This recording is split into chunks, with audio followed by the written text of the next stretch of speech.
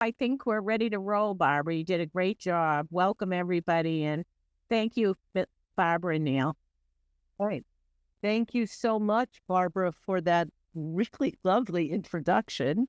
And we'd like to dedicate this evening to some very long time and dear friends and supports of inspiration who are in the audience tonight, as well as some new friends we are going to meet from for the first time. In our sharing, what tends to work best is that I'm going to read an introduction, and then Neil is going to read part, and then you'll hear from me again, and then we're going to wrap with some of Neil's poetry that has been just a solace part of his communication through all of this. So welcome to this evening of sharing, and thank you for taking time out of your very full and very demanding day as caregivers, as participants in studies. I see some of you as very active, involved in life today. For about the first 10 minutes or so, I'm going to give you a short history of the last 10 years, including our participation in the Biogen drug trial. And then for about 10 minutes or so, we'll be talking about our strengths and challenges, especially around communication and language, which is so deeply impacted by Alzheimer and dementia, and how through it all we've managed to keep seeing the cup as half full and lead a productive life. And please put questions in the chat as we go through, and at the end, Barbara and Lenore are going to facilitate a Q&A for us. Now, before I launch into a bit of our history, I'd like everybody to take a minute to think about some of the strengths that they carry with them, that they may or may not yet be using as caretakers, as people dealing with dementia, Alzheimer in some form of way. And I'm just going to time us for a minute and make some private notes. This is for your eyes only, except unless at the end you want to share out. What are some strengths you have? And as I go through and Neil goes through and shares out, if there are any aha moments you have about strengths that you didn't think you have, but you have, just write them down, because we are all stronger than we think we are, especially during very challenging times. Okay, so let's take a few breaths, transition from the chaos and stress of the day, and spend a minute thinking about the strengths that you bring to caretaking, to dealing in any capacity with Alzheimer's and dementia.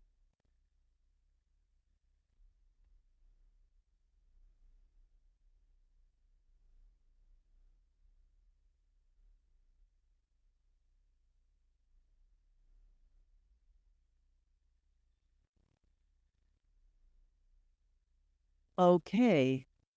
I think, are people comfortable if I carry on now? Yeah? Okay. All right. So when we first started this journey, we were frightened and confused. This was not part of our retirement plan at all. Neil and I had raised children. We had grandchildren. We had both worked very complicated, difficult jobs. We had dear friends, and our retirement plan that we visualized was a little different from what it turned out to be. But Neil and I, as you heard, have been married close to 40 years. And I think it's about 11 years at this point. 11 years ago, I had retired from my full-time job as educator, and I had moved to part-time.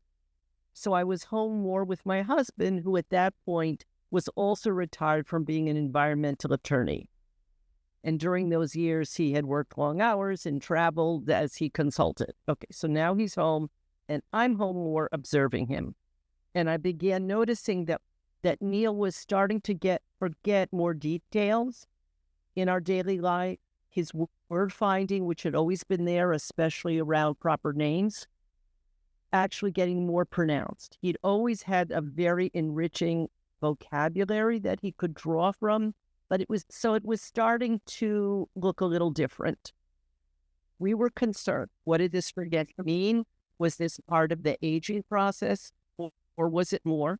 We reached out to friends in the medical field, and Neil at that time did his own research. This led us to Brigham and Women's Urology Department, where we met Dr. Stephen Fesky, who some of you may know. Neil was observed and monitored for 2 years by caring and experienced professionals. Then came the frightening day that changed the course of our lives. Sometimes change happens like this. For some people, yes. For some people, no. Our change happened at an accelerated pace. For everybody on this journey, it is different. Neil had had a successful 50-year career as an environmental attorney. Even before the technology that we know today was used to design maps, all the Google Maps that we use now, when Neil was working, cartographers were hired. However, he had a gift of seeing space and the natural world and where it all belonged together. He could apply this gift to navigate anywhere in the Boston metro area without a map.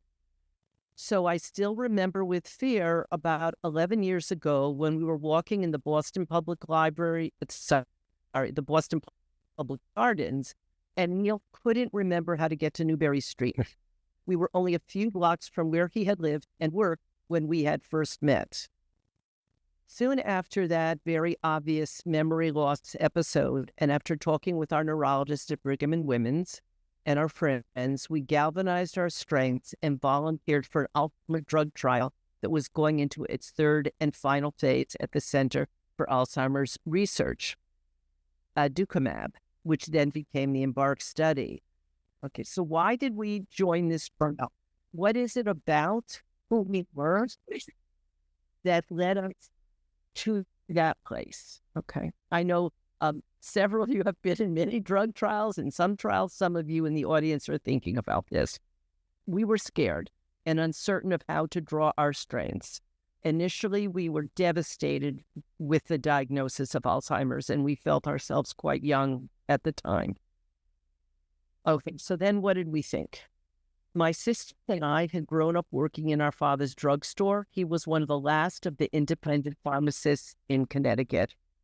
I had seen firsthand the good that medication and working with knowledgeable professionals could do.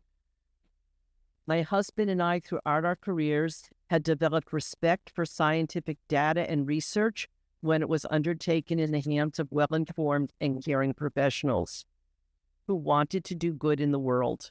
My husband had used research to help protect the environment, and I had used it and still use it to make learning accessible for all students, for all children.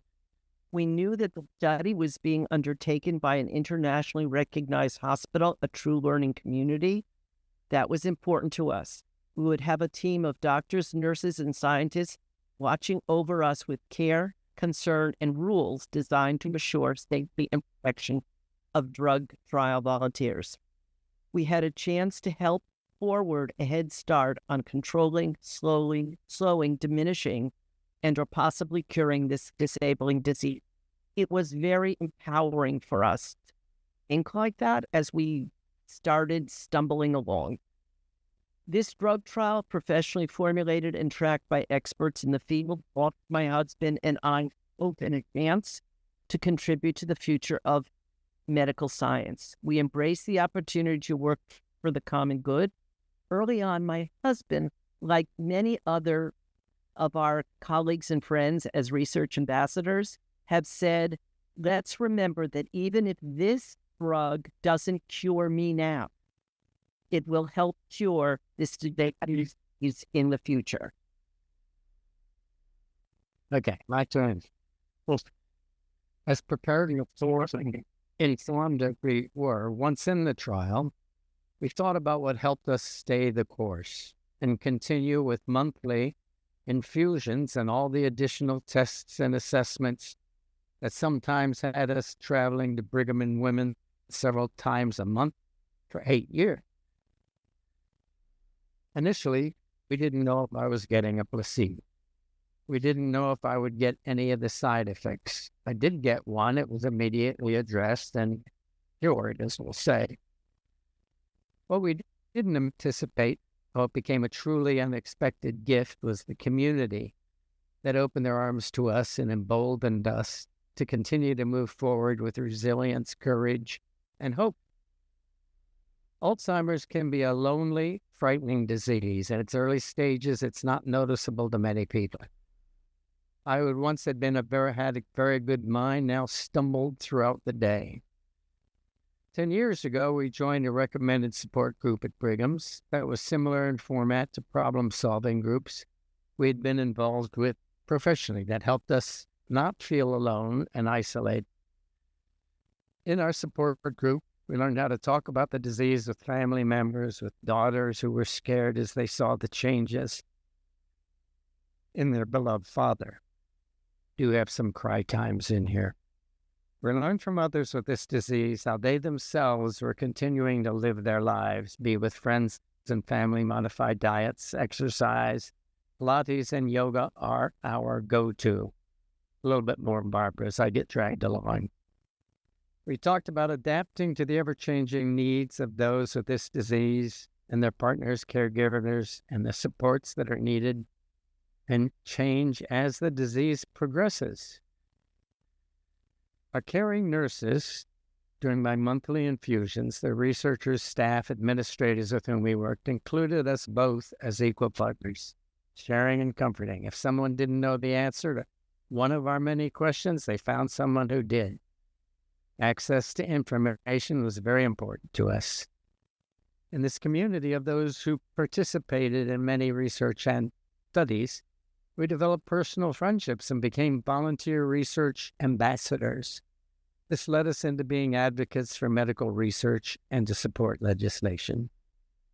The kindness we have encountered is beyond whatever we could give back. When our youngest daughter, Emma, and here's where I cry. When our youngest daughter, Emma, announced her engagement several years ago, she asked if she and her fiancé should get married a year earlier than planned in a small wedding because it was so important for her that her father was aware she was getting married and she was marrying her beloved Doug.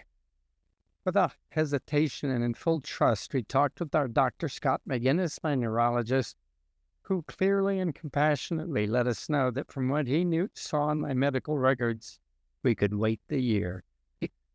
We did, and Barbara and I together walked our Emma down the aisle, and the supper Doug. We will be forever grateful to bring on wins. We continue to feel supported by caring, nurturing, innovative, brilliant doctors when I'm on. And I'd like you to know, parts of this we shared with the Senate when we were at the State House, and we were advocating with some of the Congress people in Massachusetts, and Neil shared that vignette and the impact of the Biogen drug study and the work we've done together, and he cried then too. Neil has been considered a positive responder to the aducanumab drug trial. So what does that mean? That was a question we began our time together with. It means that for him, the progression of the disease has been slowed down. Does he still have it? Absolutely. Have we been able to continue to live a productive life? Yes. We've been very fortunate, having learned in Neil's words that for us, the immediacy of Alzheimer's is not the end of the world. Have we needed to adapt and modify over the years more and more? Yes. Has it been frustrating at times and challenging? Yes. Has communication been difficult? Have we fallen down? Have we gotten back up, seeing the glass as half full and not half empty? Yes. And so here are a few things, a few parts of our lives that we've looked from the past, kept going in the future, and then in addition added to maintain our relationship and the lifestyle as best we can to still be productive. And that's always been very important to us, that we give back to the community. And that's something we brought into our marriage. Within this context, it's important to know that everyone with this debilitating disease has a different journey, a trajectory, as does the caretaker. Okay. Again, one size does not fit all. And that's part of there's so many difficult aspects to this disease, but the ability to be flexible, to be in the moment and show gratitude is so important. When I shared this morning, I was in a faculty meeting in Brandeis and I was sharing about tonight. So the teachers there reminded me to add this piece, that I began my career in special education and as a literacy teacher. As a former teacher, I learned to listen and have a sense of humor. For me personally, some of my favorite aspects of literacy teaching was leaning in and having reading and writing conferences with my students. I learned to care about what people were saying, to modify and to adapt. We have returned to therapy so that we have a couples therapist specializing in communication with people with Alzheimer's and dementia, and Neil remains in a support group for people with Alzheimer's. We were able to downsize once years ago with the help of our support group at that time, and live in a comfortable, manageable condo, remaining close to longtime friends and medical resources. We continue to gather our close friends and family members around us. We've been careful to choose to spend time with those who are empathetic, understanding, encouraging. We've been very fortunate that we can guide our friendship path along that way.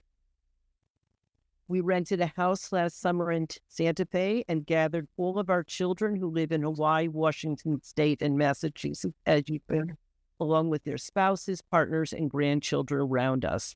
The house became a gathering place for meals and talking together. For our last meal of the week, each of us, I asked everybody to take a family member's name out of a hat and offer them a wish and a blessing. We've been able to continue traveling, attend chamber music concerts and symphony, go to museums, probably even more than we did when we were working these over-the-top jobs, and have dinner with friends.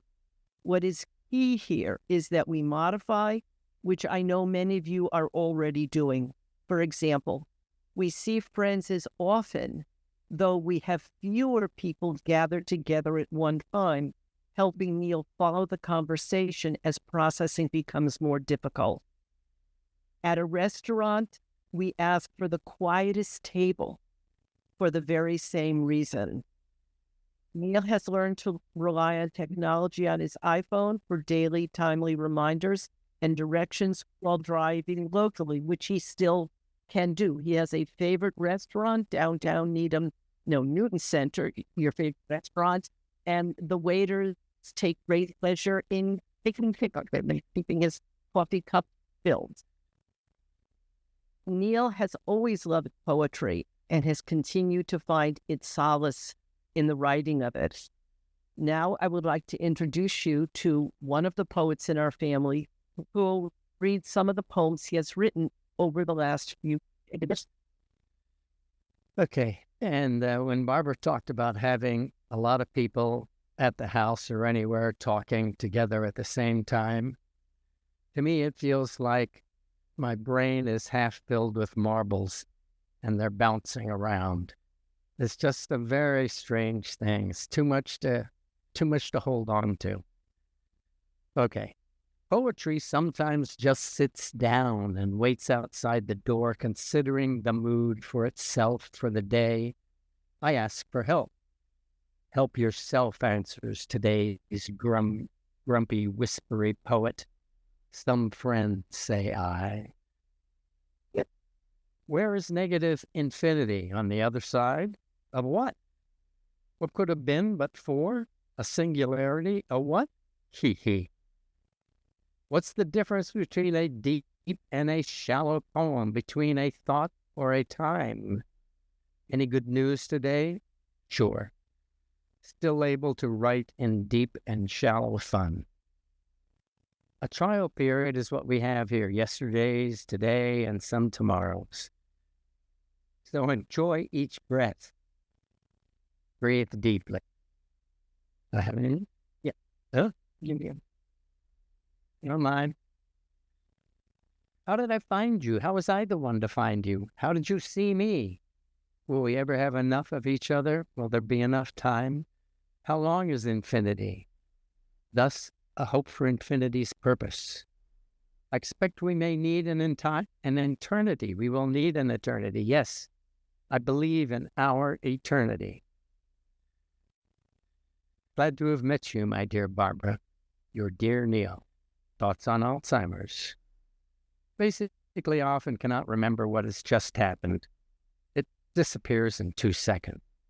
It can sadden me. I get used to it. Breathe in, breathe out, repeat, continue. Enjoy the breathing, seeing, hearing. Enjoy your heart's beat.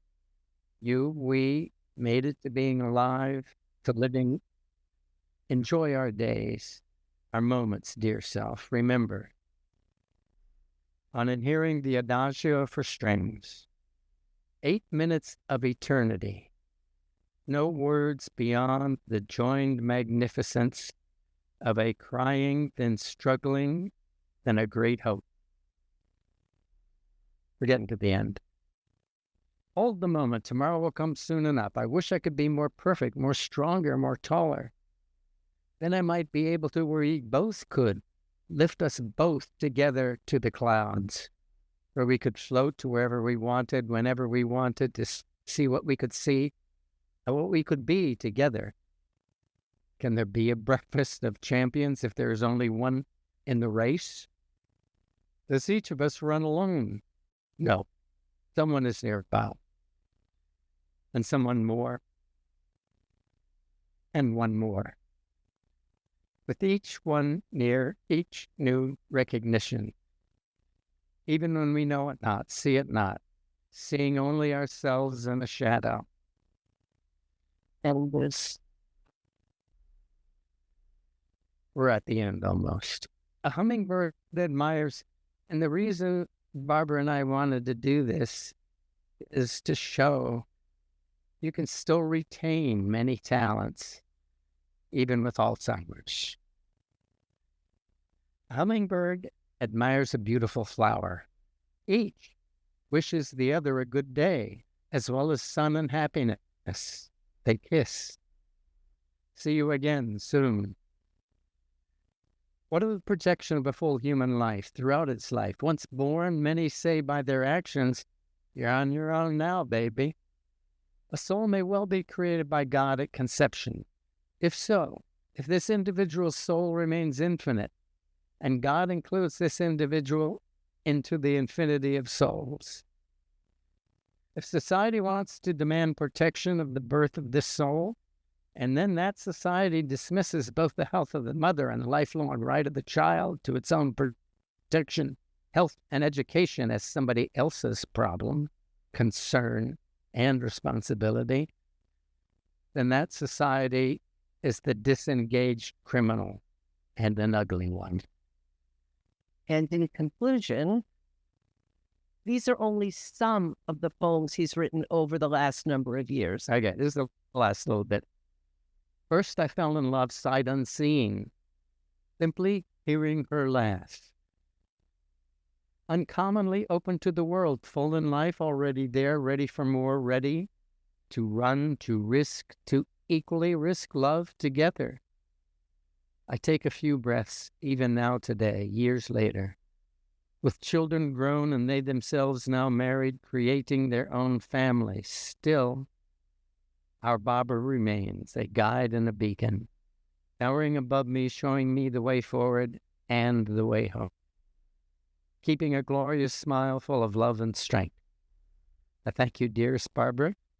We all thank you with tears of happiness for your love. Thank you. And this is for Neil, the artist. Before we move on, I had asked at the beginning if people wanted to write a few of what they identified as their strengths around resilience and to think about whether they had others that they hadn't really thought of as strengths. So let's take one more minute. If people want to go back to that list and see if there are any changes, any edits. And then if people want to share out, we can. If not, we will go to the list of questions, the robust list of questions, which I see in chat. So Thank you. Yeah. All right. And if no one is writing now, feel free to write throughout. Yeah. I know that I don't have an answer to your question. I just want to say I'm beyond moved and inspired by both of you and by Neil's poetry. And it was I who said, I was thinking of sweet Emma.